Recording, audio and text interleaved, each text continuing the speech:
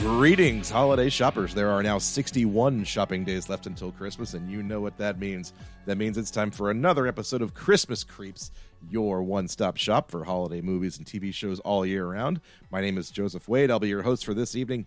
Here with me tonight is my co-host. I forgot what show I was on for a second there. Johnny Five, the human robot. I'm mainly just belligerent, sorry. Yeah, not so lovely here, and that's okay. J-Man, how you doing tonight? I'm doing fine. I can't make the blood stop, but I'm fine otherwise. Well, that's definitely going to be a problem moving forward tonight. And Mr. Bradford is here as well. Brad, what's shaking? That's not very Bushido of you, Goemon. It's going to be one of those nights too, isn't it? Absolutely. Oh, man. Kids, ladies and gents, welcome back to Home for the Horrordays, the most wonderful time of the year when we get to talk about Christmas-themed horror movies, a genre that is surprisingly deep and which, you know, every time we dig in, we find something strange and unusual. And this week, it almost seems like we punched straight through the bottom of the barrel and just dug something straight out of the ground, because this week's film, titled Bloodbeat, almost defies any kind of sensible logic, and I'm honestly kind of amazed it even exists. It's a film that was committed to cellulite at one point. There's a lot going on. There's a lot to unpack here. Or is there? How many? So I did the thing where instead of watching the thing, I do something with like a similarly related title. So instead, I played the 1997 first-person shooter Blood, and then played Beat Saber after that. Jonathan, why you do this to us, Jonathan? Hey, someone's got to play it. Someone's got to play the hits. Oh my goodness. Well, friends, all I can say tonight is, you know, there's only one way for us to get through this, and we're going to have to crack one open. Can check. Well, I don't have a can tonight. I got a frosty cold one in a bottle here. This is the Abita Brewing Pecan Ale, because this is the season for pecan beers. Oh, very nice. That is delightful. That is delightful.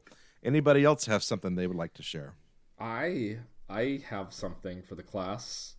I have a Henway Hard Cider Company cider donut cider. A donut cider? Like, you know how if you go apple picking, a lot of places have apple cider donuts? Ooh, yeah. It's an apple cider donut flavored hard cider. How is that treating you? It's very good. I've been saving, I got it when we went apple picking. I've been saving the last one for this very occasion. It is tasty. It's not exceedingly sweet, but it's got hints of cinnamon. It's good. J-Man, what about you? Oh, I have this local like microbrew. It's called Pepsi. Well, if it's bottled locally, that is true. I mean, it says born in the Carolinas on the damn sign, so I mean, it must be local. Mm-hmm. I think it's funny that South Carolina likes to post those signs everywhere, even though Pepsi was very much born in North Carolina. So fuck you, South Carolina. You don't get to claim this one. We're getting into this again, are we? Oh, yeah. Yeah, we are. I mean, anyways. I'm not even from here, but even I know that South Carolina is superfluous. Yes. It's a vestigial Carolina, yes. Yeah. You could cut it off and not miss a thing. Where was like? Oh yeah, before I was going into that, I was gonna complain about apple picking. Oh yes, hit us with your best gripe here, Andy Rooney. No, I saw somebody on Twitter the other day complaining about apple picking and how you can get apples much cheaper at the grocery store. But there's one thing that this person fails to consider, which is that the apples you buy at the grocery store are extremely old, and it's entirely a crapshoot whether or not you get a fresh apple or a mealy bullshit. Someone else picked them. Yeah. Yeah. I mean, when you go apple picking, you're kind of going to pick apples. It's in the name. Like the picking part is just as important as the apple part. Well, I don't even so much care about the picking part. To me, you're going straight to where the apple lives and picking it right there in the moment. I just get the Granny Smiths that are like grown in a lab. They're like as big as your fucking head. Well, yeah, those are abominations, but still, the point they're stands. Delicious. They're wonderful. They're abominations, but they're wonderful. You get the apple straight from the horse's mouth. Yeah, apple picking. Exactly. If you want a fresh apple, you pick it off the tree like a damn red-blooded American. Where was I going with this? I don't know. I'm complaining about the complainers tonight. That person is completely and 100% categorically incorrect. So, yes, it's more expensive, but the quality is higher, and also you get the experience of picking an apple with your loved ones. Right. I've done so much fruit picking since becoming a father. It's not even funny. I can imagine. Top 10 fruit picking experiences. Number 1, peaches. Peach picking, a lot of fun. Picking. Blueberries. Number 2. Number 3, apples. Number 4.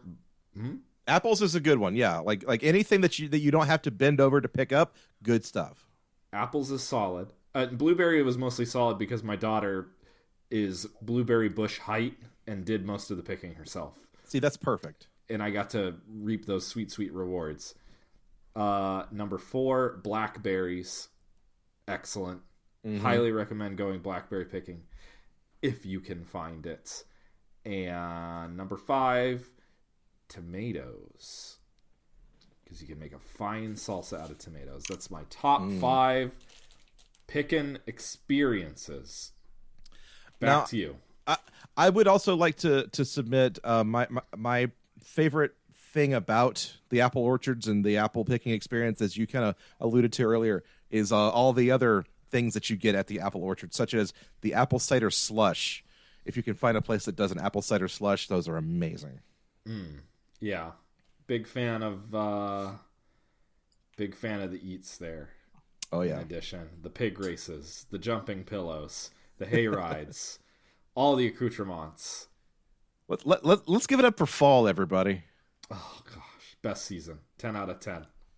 It froze last night, so I could actually fucking breathe. It's cool. It's gonna be great as it lasts until 2 weeks from now when it's 70 degrees again. Yeah, buckle up, buckaroo, because apparently we're in for an unseasonably mild winter again. Thanks, global warming. I'm going to kill myself or maybe others. I don't know. I'll have to check my calendar.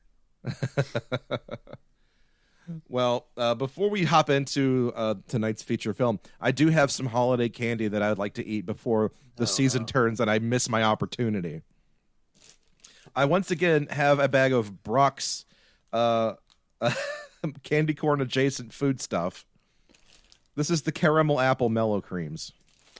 See, that's reasonable. That's something a sensible person would think of. Fucking you have the ones that don't sound nasty, and you're like, "Oh no, I'm not going to share these with Jonathan." Well, I do still have the tailgates in my mini fridge here. Fuck you. So be careful what you wish for, bud. But I am going to crack this bad boy open because really, we're kind of in the end game here of Home for the Horrordays, and if I don't do it now, when am I going to do it? So let's just crack this open and see what we got. And immediately the smell hits me in the face. And these are big, chunky boys, too. Educate me on a mellow cream. A mellow cream, right? A little bit. It's basically the candy corn texture, but it's a different flavor. Like a mellow yellow cream soda. All right. Like if you've ever had the mellow cream pumpkins that come with candy corn. Oh, sometimes. yes, yeah. Yeah, it's basically that. It's basically that. I know those little pumpkins. I got the red apples and I got the green apples. The red apples, it's mostly just a caramel flavor, to be honest. So I'm just eating straight caramel, which is fine with me. I kind of miss those Halloween candy. It's just I guess it's some sort of taffy. Just it's in their orange and black wrappers, and it's just you chew on one piece of it and it takes you an hour to chew it. Yeah, that's basically just like old peanut butter. Yeah, that's just good because it's peanut butter. Oh, the ones that are in a roll. It's almost like a big wheel, but then it's wrapped not the way that you would think it would be wrapped, basically. Mm-hmm. Taffy. Mm-hmm. It's like peanut butter taffy or something like that. It's in like their orange and black wrappers with no writing on them. And yes. I'm sure they were all made in like 1940 and they haven't made any since, and we're just working through the back stock. I kind of want some of those right now, though. Fuck. So my final verdict on these caramel apple mellow creams, this is literally just straight caramel with a tinge of apple in it, and if I don't put these down, I'm going to eat the entire bag tonight. Portion control. So portion control. Let's stop at 4 and leave the rest for tomorrow. Yes. Because we have podcasts to do, and I'm sure our listeners love hearing the sound of me smacking my teeth with caramel. A little Foley throughout the entire episode. So delicious. A little Matt Foley. Now, somebody tell me about what bit. Well, here's the thing: is that you can go to Wisconsin and pick apples, but you can also get Fuji apples in Japan. So that kind of explains the movie, really. Oh, okay. I see where you're going with this. I was a little bit bewildered at first, but I get it now. Okay. We careened into the subject from the left flank. You did it. You pulled a fast one on us. Bloodbeat is a movie that came out in 1982. Yeah, 82 or 83. It's a little wishy-washy. I don't even know where to begin with this movie. I mean, I can go through the plot, but... So, well, here's where I want to start. Let's start with the writer-director. His name is Fabrice Ange Zephyratos, who, as far as I could tell, is a Vietnamese French immigrant who went to Canada to produce an American feature film in Wisconsin. Okay. And... there was a feature on the DVD. It was an interview with him where he talked about how, like, growing up, his parents were both very artistic, and his thing was that he just loved science fiction and comic books, Star Wars and Marvel Comics specifically. So right away, okay, we've got another one of those guys. So how well is this guy eating in 2022? So with that last name, that guy's not Greek? No, apparently not. Okay, I figured it was like a Greek guy. Okay. This guy must be loving the past 15 years of popular media. Yeah, this is all for him. But oh man, let's just see if I want to just pay him a couple bucks, just punch Ernest Cline in the throat. I'm good for it. I got a couple bucks. But essentially, this guy wrote this script, had some ideas in his head that he wanted to get out, and went to Wisconsin to shoot this movie. And the short version of it, okay, I'm going to put some money where my mouth is. Who would like to try and explain this in 60 seconds? I'll do it. Okay. J-Man, I'm going to give you 60 seconds to explain the plot of this movie. Whatever you don't spend, however many seconds you do not spend, we will donate that amount to a local charity. Are you ready? Can a local charity be my Venmo? No, it has to be a 501 nonprofit. All right. Double or nothing. I'll go into. Bradford's throwing in too, getting in the holiday spirit. I love it. Are you ready? I'm taking your silence as a yes. Here we go. 3. Hold on. Take my silence as a no. Take my yes as a yes. Give me a second. All right. I'm ready. Here we go. 3, 2, 1, go. All right, we have Dolly and Ted going home for Christmas in Wisconsin with Ted's new girlfriend, Sarah. Sarah and Ted and Dolly's mom start giving each other weird eyes, and they claim they've seen each other before. They totally swear they know each other. Sarah starts having these weird sexual-tinged dreams, and also she finds some samurai armor, but maybe she does actually find it, and then a spooky ghost samurai starts killing people. And then there's the psychic battle because the mom's psychic, and also the kids are psychic too, and Sarah and the samurai disappear. And that's the end. Well, that's 30 seconds even, which is kind of remarkable. And you pretty much covered it. I mean, I was amazed that you got into the detail about the... Actually, no, I'm just amazed that any of those details actually exist, to be frank. I mean, far be it from me to say, actually, I wanted more movie, but it's like, this was in 85 minutes. I could have used like 15 minutes of what the fuck is going on. Or yeah, even like even just some kind of narration or a title card at the end that explains what the fuck you just saw, and to just there are a lot of loose ends, and I don't know. There's a lot of loose beginnings too. I don't know if they were intentional or subtext or what is going on. There's just so many things about this movie that just fucking baffle me. Okay, apparently between Dolly and Sarah, they had one pair of underwear and had to split them. Because after she's clearly like wearing like a t-shirt, like a take up underwear in the bed, Sarah is, when she finds the samurai armor. Then later when she goes back in the bedroom taking a robe off, you see her full fucking ass. She's not wearing underwear anymore. And then Dolly spends the rest of the movie running around in a t-shirt and leg warmers and nothing else, basically. And it's just like in the fucking middle of the winter in Wisconsin, running around the woods wearing cowboy boots, leg warmers, a t-shirt, and a jacket. She never, at one point, after the Monopoly game, she never fucking puts on pants. What the fuck is going on with this damn movie? She should have put the jumpsuit back on. She had a pretty sweet jumpsuit when she was out hunting. It's true, she did. I mean, it's less what the fuck's going on with the movie. What the fuck's going on with this family? I got weird vibes off of this family from the word go. Yeah, and I never fully understood the just gonna hang around with my adult brother not wearing pants in BD. Yeah, like you do. I mean, it's the 80s. It's whatever.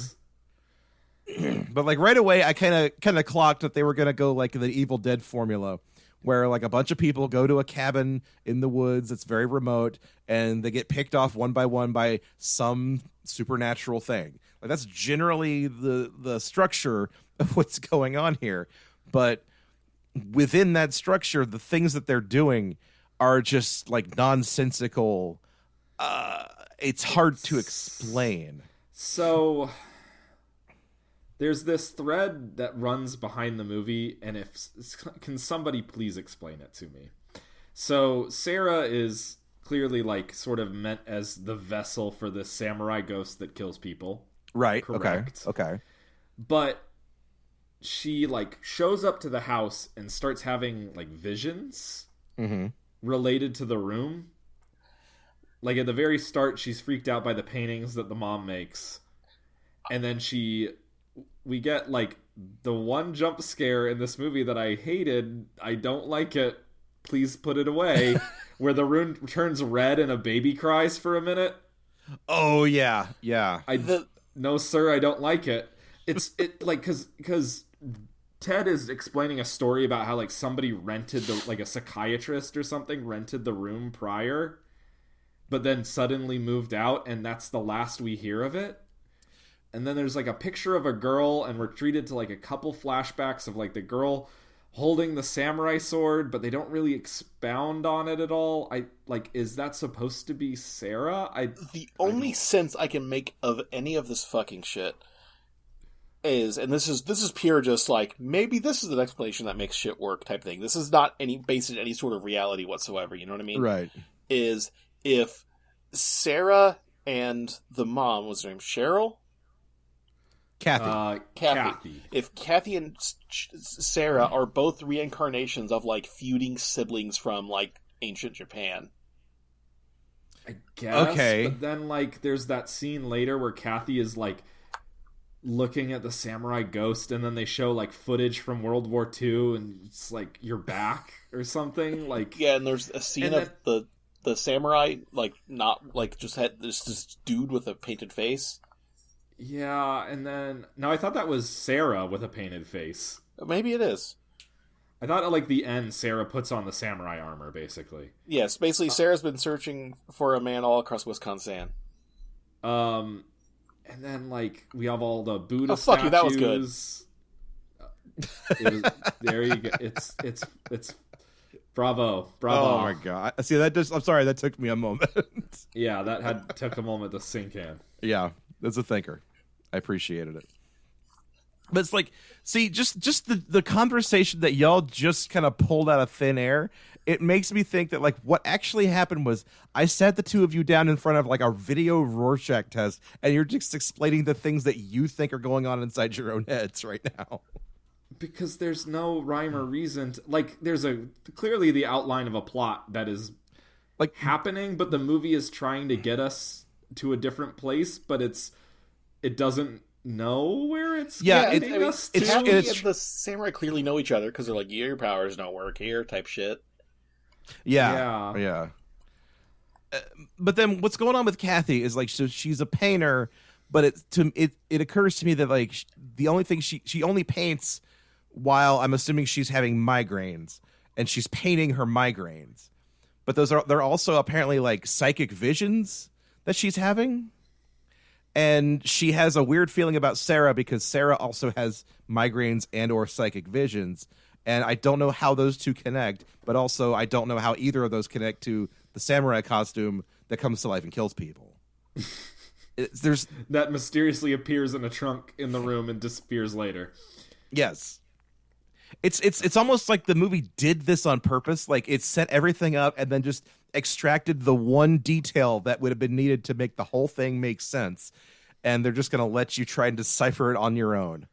And I don't think it was intentional. Yeah, it's not clever enough to make it seem like that's what they were doing. Exactly. And this is not a movie that's trying to get you to think, but it ends up, because it's so poorly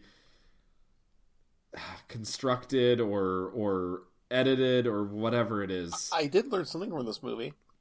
What's that? I learned that in 1982, like, instant ramen was common enough to be in a house in rural Wisconsin. I figured that was relatively newer than that. I mean, they called it chow mein, but like, it was fucking like Top Ramen. You could see the damn package, you know? Right. Yeah, it's true. Yeah, I don't know what to make of that either. Honestly, this feels kind of like, what was the movie Silent Night, Deadly Night 2, where it feels like it's just, there's not really a set as much as they just filmed in people's houses. Yeah, for sure. Yeah, definitely. Sure. Even just the first Silent Night, Deadly Night felt that way. Because just all of the goofy details, like all of the shit in the cabinet, and the fact that the other dead meat couple has a fucking waterbed. Just yes. That waterbed fascinated me to no end just by its pure existence. Did I ever mention that I grew up with a waterbed? No. Yeah. A guy who lived down the street from me in middle school had a fucking waterbed. It was just one of my cousins psychotic. had a waterbed growing up. Yeah. The best thing about having a waterbed in the house is you would turn off the heater when you would leave to like go on vacation or whatever, and you'd have to turn on the heater when you came back, and it took a while for the waterbed to get warmed up. And we had one in our guest room, and we kept the heater off until like we knew guests were coming. And let me tell you, there is nothing better than a cold waterbed to suck every ounce of heat out of your body if you're hot. Like if you come in from a hot summer day, lay down on an unheated waterbed. Oh, it's like a heat sink. It's amazing. Best. DIY home tips from us to you. Don't ever get a waterbed. They're terrible. I don't know. Let me tell you about this thing. It's called the shower. Like the water just comes out of the damn wall at you. No, look, it's like you had to like put chemicals in it to stop mold from growing in it, and then like sometimes they'd spring leaks, and then it was a mess. Yeah, I don't know why my parents ever dealt with it. Like you try to jump on it, and you end up like falling over, and you crack your damn head open on the railing around the side of it, because there was almost like a trampoline like border on the damn thing. Yeah. See, when I was a kid, I saw Edward Scissorhands, and there's a scene in Edward Scissorhands where he accidentally punctures a waterbed, and so the entire rest of my life, my thought was, I don't want a waterbed because what if I accidentally puncture it with scissors? What if you accidentally have scissor hands and lay down on a waterbed? Yes, it could happen. It's entirely within the realm of possibility. Well, I mean, I'm thinking more as Joseph, like, more what if you purposefully have scissor hands than accidentally lay on the waterbed? Oh man, woulda, coulda, shoulda, I guess. Yeah, this movie is very early 1980s. I want to stick. I want to stick with this scene for a second. Uncle Pete and his wife Chris, where he's badgering her to go make tea and orange juice while he cuddles with his dog on the bed. That's not Uncle Pete. That's Uncle Pete. Uncle Pete gets murked outside of his truck. It's okay. some other hunter. Who is this guy? This is the guy that they were taking medicine to. Paul, I think his name is. Paul. Okay. So yeah, okay, let's run through the adult characters real quick. Okay. So Kathy's the mom. She lives with Gary, who is totally not her husband because she refuses to get married. But it's her boyfriend. Yeah. Her brother, the Ted and Dolly's Uncle Pete shows up after a bit, and then one of them at one point mentions that they need to take medicine to Paul, who is a hunter friend of theirs who is sick, and his wife is Chris. Other than that, there's the sheriff and some local yokels, and that's it. And the random guy that just shows up dead, and then that's it. But this guy, I already forgot his name. Paul. I'm pretty sure. This guy, Paul, is badgering his wife, Chris, for tea and orange juice while he sticks to the bed and cuddles with the dog. And it occurred to me at that moment. Dog. It's a husky. They're all cute. It's a husky dog. This is a movie. It's the dog from Husky Pup Productions. This is a movie about how men drive women crazy. See, until the samurai kills Chris along with eventually Paul. Spoiler alert. Yeah. I was like, is this a movie? Is this like an early feminist movie? Like, is the samurai ghost just gonna... Because she's like, every time the samurai ghost kills somebody, Sarah's like lying on the bed convulsing, having, just violent orgasms. Dream. Yeah, just go ahead and say it. Violent O's. Yeah, at the point when Uncle Pete dies next to his car, she's sitting on the couch and just starts convulsing, and then looks over at the mother, then gets up. I just feel like she's gonna be like, "Sorry about the wet spot." She's fucking walking away or something. Yeah. So up until Chris gets killed in the kitchen, I was like, is the samurai ghost an early feminist icon? Actually, killing awful, terrible garbage men. Yeah, and they just town, and they dispose of that theory immediately. Yeah, it lasted all of 10 minutes before Chris gets murked in the kitchen. Maybe, before Paul. Yeah, maybe Uncle Pete sucks. I don't know. Yeah, yeah. But honestly, that would have been an angle for this movie to take that we could grab onto and say, okay, this is about something. But without that, we're still flailing in the wind. What is this about? Yeah. Because, I think, going back to the director had some ideas, he just didn't have any connective tissue, because you have the idea of the samurai ghost and, some sort of reincarnation, and the fact that Sarah is very clearly, for her, the samurai's, murder is, deeply, connected to, something, sexual, basically. So, I don't know what to do with this movie, you guys. It's baffling. It's this movie feels like something that would have ended up on MST3K if not for all the gore and some mild nudity. Right, yeah. It's kind of confusing because, so I get the idea that Dolly's going to, Wisconsin, she's going to the University of Wisconsin because she's wearing, an athletic department shirt. Sure. The only other college that I see mentioned is Sarah's wearing, a Georgetown University shirt. But it's they all arrived in the car together. It's a long drive from DC. Yeah, and also,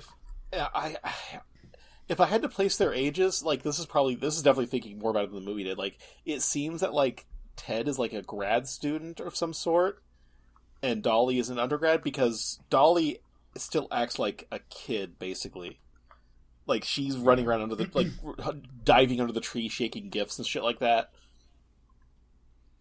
Mm-hmm. And she's doing the little sister bit because she's back home with her family, I guess. I don't know. Yeah, but it seems to be strange if they're it felt strange. Yeah. You know what else is strange?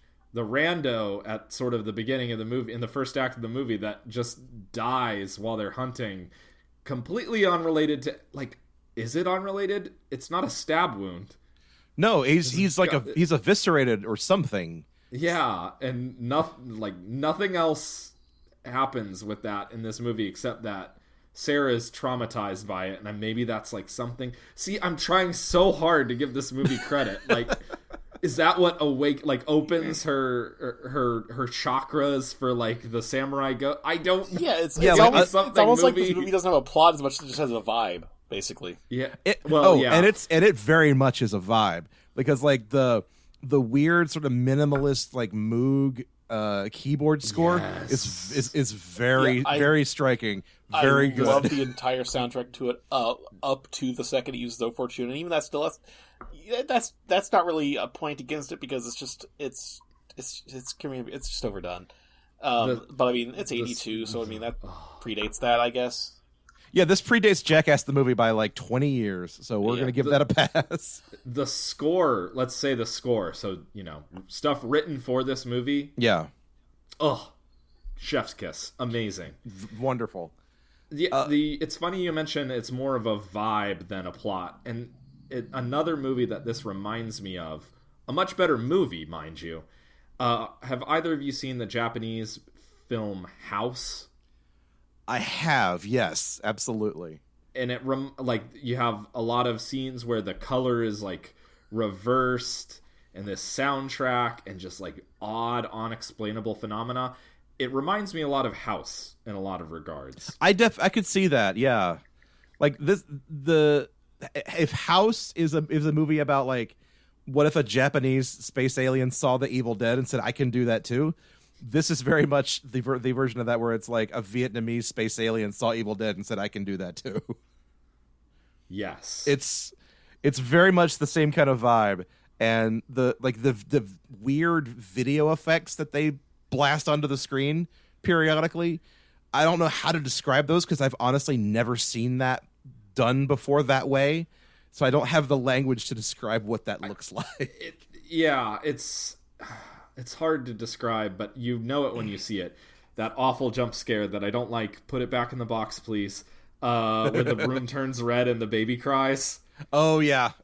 That's House to a T, and we get but that's not the only one. We get a lot of like the woods through the point of view of the samurai ghost. Yeah, it's like with all the alternate colors. It's like weird proto predator kind of vision. Yeah, and I love it, and just the way it happens, I'm just like I'm never really sure. Like, did they intend to do this, or did they just like hit a button on the camera and don't know how to turn it off? Did it just kind of happen?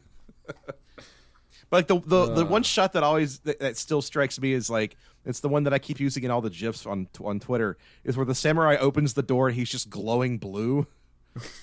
Oh, that's great. There's a lot of that like painted over glowy special effect thing going on. A Scooby-Doo villain. Yeah, exactly. Like this is kind of like a Scooby-Doo story with more murder and less meddling kids. So what the fuck's up with the fact that they're making a Scooby-Doo without Scooby-Doo, and they're literally doing that like Donald Trump impersonation tweet and calling the show Velma? Wait, what? I know everything that you said, but I just didn't know that they were making a Scooby-Doo without Scooby-Doo. Oh, it's called Velma, right? Yes. Yeah. It's like it's the Donald Trump impression. Literally, like they're making a show called Velma. Scooby doesn't really do, does he? Scooby doesn't do. Oh my god. That's I don't understand, and it's a Mindy Kaling show, isn't it? It's like she's the one producing it. So is this the one that got all the chuds upset that Velma's a lesbian, or was that a comic? That's the cartoon. This one is going to get them all riled up because neither Velma nor Shaggy are white, basically, and I think neither and Daphne's not either. Yeah, that's why they're going to get riled up about this one. Yeah, voices of Mindy Kaling, Sam Richardson, Constance Wu, and Glenn Howerton. That's okay. Okay. The only thing I have to say about it is like literally this is just that Donald Trump impression tweet. I have no judgment of quality on it. It's just like they made a show called Velma without Scooby-Doo. They did the tweet. Basically, yeah. We'll put the tweet. I haven't evoked show notes in a long time, but we'll put the tweet in the show notes. Cause if you haven't seen it, you have no idea what the hell John is talking about. But yeah, we'll find that. We'll dig it up. We'll post it for you. Short version, it's a guy doing a Donald Trump impression complaining about Scooby-Doo. And the impression was so good it got him a job on Saturday Night Live. point being, like, if you're mad about Scooby-Doo in the year of our Lord 2022, go touch grass or something, dude. For real. Or The Little Mermaid. Or whatever else. Yeah, go touch The Little Mermaid. Or no, rather don't. No, do that. Go touch grass. I know. Oh my goodness! Please get a life. Where's the Little Mermaid statue at? Is it in the Netherlands or Denmark? I think it's in Denmark. Okay, that ruins my joke, because I was going to say you go to the Netherlands and just crawl up your own ass. So, Bloodbeat. So how about that Bloodbeat, guys? So how about that Bloodbeat? The last kind of note that I even have on this is that apparently the cinematographer shot this in like a TV like 4:3 ratio because he thought they were doing it for TV. And they got 2 weeks into production when the director realized it, and they couldn't stop. Oh dear! So that's why this film will forever be cropped for a full screen television set. Well, that's a fun fact. Which honestly, I can't say hurts the film at all because it's very claustrophobic. I don't mind it as a stylistic choice, as a choice where they had to basically spin it as a stylistic choice by accident. But yeah, this is a heck of a thing. I don't really have many more notes on this one other than it's just such an almost like first draft of a horror movie. I just can't make heads or tails of the underlying elements of the plot. Do you guys have anything about like the little girl and then Sarah like psychically burns the portrait up? Is that supposed to be Kathy as a little girl? Is it supposed to be Sarah as a little girl? Is it just some little girl? Please answer my question. Maybe. I mean, there's also a scene where like the house is shaking like violently, and Kathy is screaming to presumably the ghost, where she's saying, "God, what's the line? You have no power here," or something like that. She's like, my time isn't over yet. Leave my kids alone. It's like, what does that mean? Oh, that's right. My time isn't over yet. Like, does she have a time limit for the curse, or what's going on there? Because you could also interpret that as like she's yelling at God, basically. Yeah, kind of. That's where I went with that one. Also, may I just say, none of the acting is particularly good, but Kathy is particularly not good. Is especially not good. It's it's really bad. Like, very, very bad. Sorry, Kathy. Don't quit your day job. I don't know. Of all the actors that I noticed, in especially not acting, Gary kind of stuck out to me. Oh yeah, especially the scene where he's like yelling at Kathy because like she's too wrapped up in her own world of painting and migraines and samurai ghosts, and he's just like, "Damn it, I'm your boyfriend, and I got needs too." Poor guy. The crazy part is, looking at IMDb, like, he's the only one who's actually been in movies and other shit. Everyone else is like 1 or 2 and done, and then he's been in like nothing major, but like he's had like just random roles in like Princess Diaries and Raising Helen and shit like that. Like, he's been in other things. None of the other ones can say this. Huh. Well, that's interesting. I now I kind of feel bad saying that, but no, not that he did a good job. It's just really funny that you've not heard of any of these people because they've not been in anything. He's had a couple of bit parts, and that's the most of anybody. Right? Yeah, and like, let's look at this guy. Yeah. And even his IMDb picture, I'm pretty sure it's him from Bloodbeat. So I don't even know. Every single one of these people, their IMDb picture is them from Bloodbeat. Yes. Yep. Everyone of them that's gets a picture. Bloodbeat. So you notice how we didn't talk about Christmas at all? It takes place at Christmas. Oh yeah, hey. They're home. They're home for Christmas. They're home for the holidays. There's a Christmas tree set up. There's Christmas lights everywhere. Not that really factors into the visual look of the movie at all. No. Which is a shame because like it's a huge slam dunk layup and they just kind of missed it. Especially with all the flashing lights that are already in the film. Yeah. Which, I mean, is that as good an opportunity as any to take it to the crankometer? I think so. Should we just go for it? I'm ready. Well, folks, welcome to the crankometer. This is our patented XY axis for rating Christmas movies. The X axis is the Christmasity scale, how Christmassy the film is, and the Y axis is the quality quotient, how good the film is. So, gentle friends, blood beat on the Christmasity scale.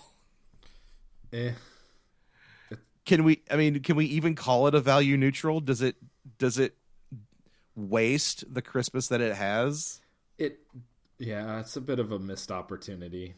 So I guess this must be for who's the director, Fabrice Zafiratos? Yeah. This must be his brother or something, Henri Zafiratos, brother, some kind of relative. He has producer of 6 movies, and all the rest of them are total erotic dramas from the 60s, and then there's this. What was that name again? Henri, Henri Zafiratos, same last name. He's listed as the producer. Okay. Henri Zafiratos, I believe that's his father. Yeah, I'm just fascinated by his IMDb history, which is just a movie called The Nymphettes, another movie called Erotic Vacations of Stella, and then Bloodbeat. And then finally Bloodbeat. I think the interview that I saw with Fabrice did say that his father gave him a loan to produce this film, and he never made another movie. Sorry, guys.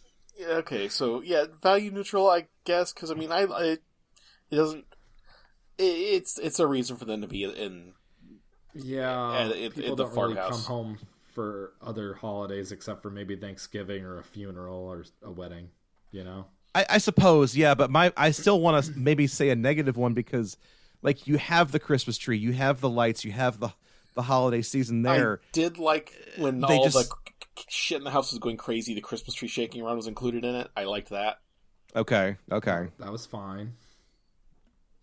I guess all I'm saying is, they have it there, and can you misuse it by not using it, is what I'm asking. I'll agree with you in this case. Yeah, they should have done more with it. It's a wasted opportunity. Maybe a -1. Yes. That's what I'm feeling, yes. Yeah, not out of misuse, but out of wasted opportunity. I'll agree with that. Yes. Okay. And now, the Y-axis, the quality quotient. Did we even enjoy this at all? Was this a waste of 85 minutes? I watched the whole damn thing, I'll tell you that. On a certain level, it's so baffling, and so many movies that we watch are not good, but they're not bad enough to be interesting. At least this is something interesting, you know? Yeah, it's almost like, slowing down on the highway to look at a car wreck. Exactly. You're just fascinated by all of the things that are here and in what order, and whether or not the plot makes any sense is kind of irrelevant.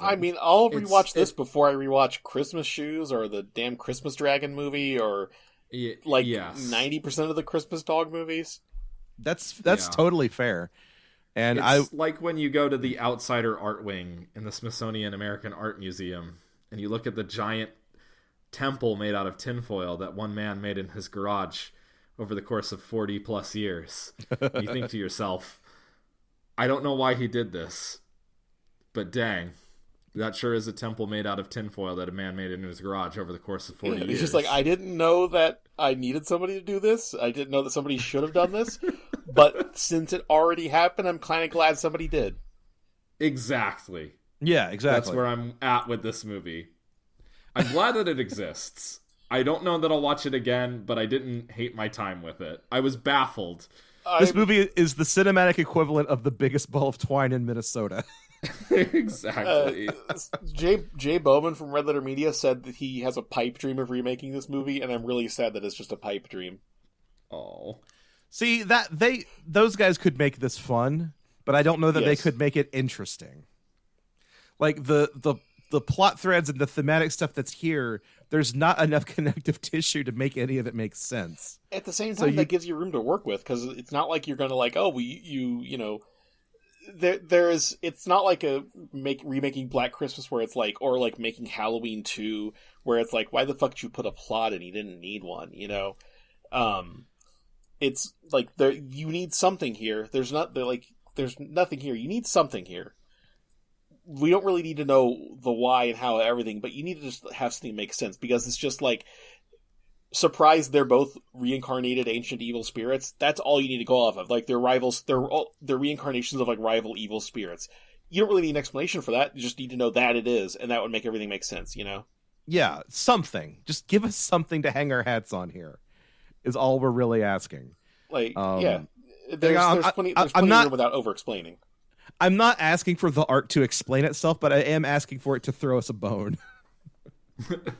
Yeah, I'm not asking for it to explain itself. I'm asking you to say what the fuck it is. Yeah.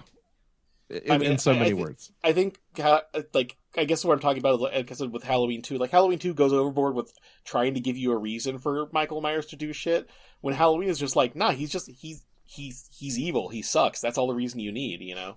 Yeah, exactly. And that's kind of like, yeah, we don't really need to know why any of this shit is, but we need to know what this shit is. So I guess then the flip side of that is, if this movie had made money and they made a Blood Beat 2, would they have explained anything further? I think if you made Blood Beat 2, it would just be like Koyaanisqatsi. Fabrice Separados walked into an executive's office one day, and he wrote Blood Beat on the whiteboard, and then he wrote an S at the end of it. And then he drew a dollar sign. The S is a dollar sign. Yeah. Like the stupid story about how James Cameron pitched Aliens. That's true, apparently. Oh my god. So yeah, quality quotient. I want to give this a. Jeez, guys, I don't know. All I know is that James Cameron is probably the guy I have the most conflicted feelings about in terms of movie makers. My feeling on James Cameron is, don't ever bet against him, but I'll believe it when I see it. Yeah, I want him to like. I want him to stop giving a shit about Avatar, because he's the only one that does, but he also has enough like clout to make other people think they do. I just want him to go find cool shit at the bottom of the ocean, because what the fuck's down there? Right? Dude, all I want is the Abyss on 4K, and I'm never going to get that if he keeps making fucking Avatar movies. Yeah, I want him to get back in that damn submarine and go find what the fuck's down there. There's something down there. We don't know. Allegedly we know more about space than we do about the bottom of the ocean. Like, let's fucking fix that. He could just be the next Jacques Cousteau, basically, if he wanted to. But no, we have to have blue alien time. So, a number. Give us a number for this. I'm going to say a 1, a positive 1, because at least we're getting some kind of like weird sideshow enthusiasm out of this. But I can't say in any good conscience that it's good. No, it's not good, but it's interesting. Yeah. And for that, I think it gets a 1. I'll give it a 1. Yes, I would say, if you have 85 minutes to burn, and for whatever reason you don't want to just play a couple of rounds of Vampire Survivors, hey. If you're a weirdo like us and you've been listening to us for this long, then you probably are the kind of person who would want to watch Blood Beat. And for that, I salute you. It's on Tubi. Go check it out. And for everybody else, if you're just here for a Christmas movie good time, go watch Elf again, I guess, because you're not going to get it here. Fuck that. Watch Gremlins. Yeah, if you want a Christmas horror movie good time, Gremlins is right there. And Gremlins is always there. It will never steer you wrong. Man, I want to watch Gremlins now. But hey, guess what, folks? We have decided off podcast that Home for the Horrordays doesn't have to end here, because I think we've decided to go into extra innings. Am I wrong? You're not wrong. So next time on the show, I'm going to go ahead and call our shot. We're definitely covering Santa Jaws. We've been teasing it for a couple of years now. I've been wanting to do this. Now that Blood Beat's gotten out of my system, I'm ready for Santa Jaws.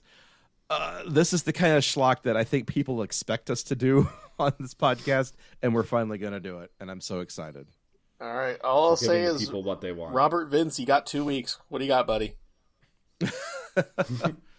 And speaking of, like, future selections, I would like to bring to your attention a film that I just discovered the other day, titled A Doggone Christmas, which comes to us from a gentleman named Jim Wynorski, a filmmaker who, among other things, has directed Chopping Mall and The Lost Empire and Beastmaster 2, but also such cinematic classics as Legend of the Naked Ghost, Attack of the 50-Foot Cam Girl, Busty Coheads versus Lusty Cheerleaders, Dino Croc versus Super Gator, Busty Cops Go Hawaiian, The Hills Have Thighs,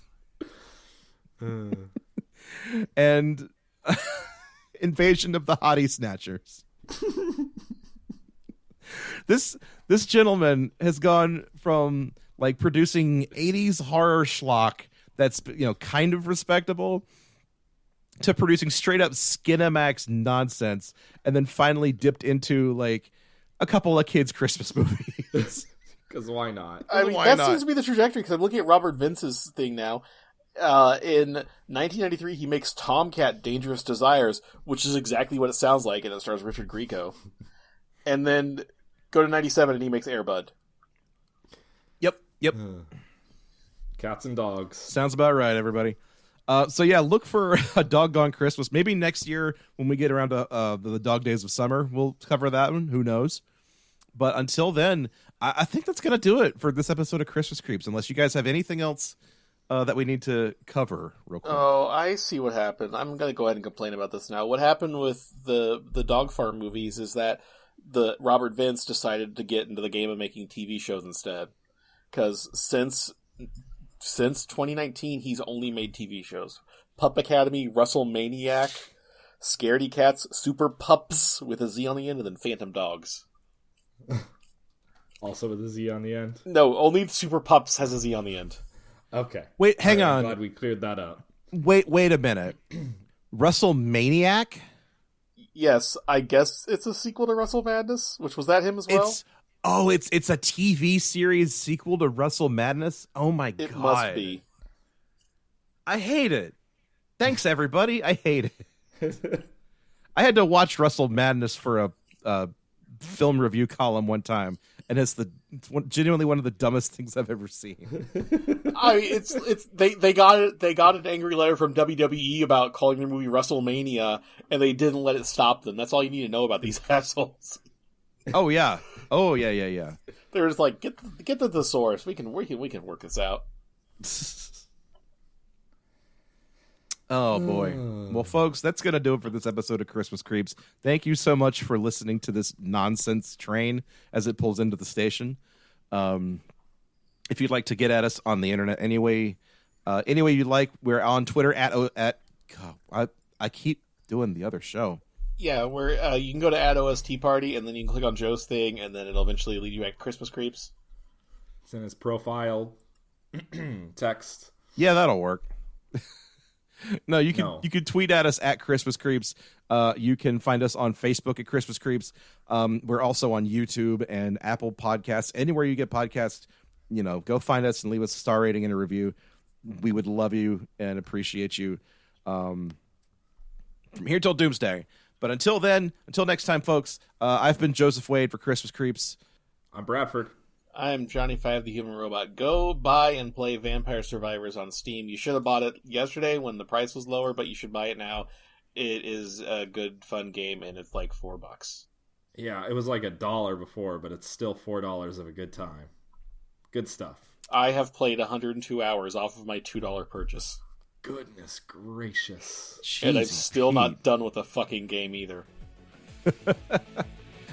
Oh boy, good night, everybody. Good night.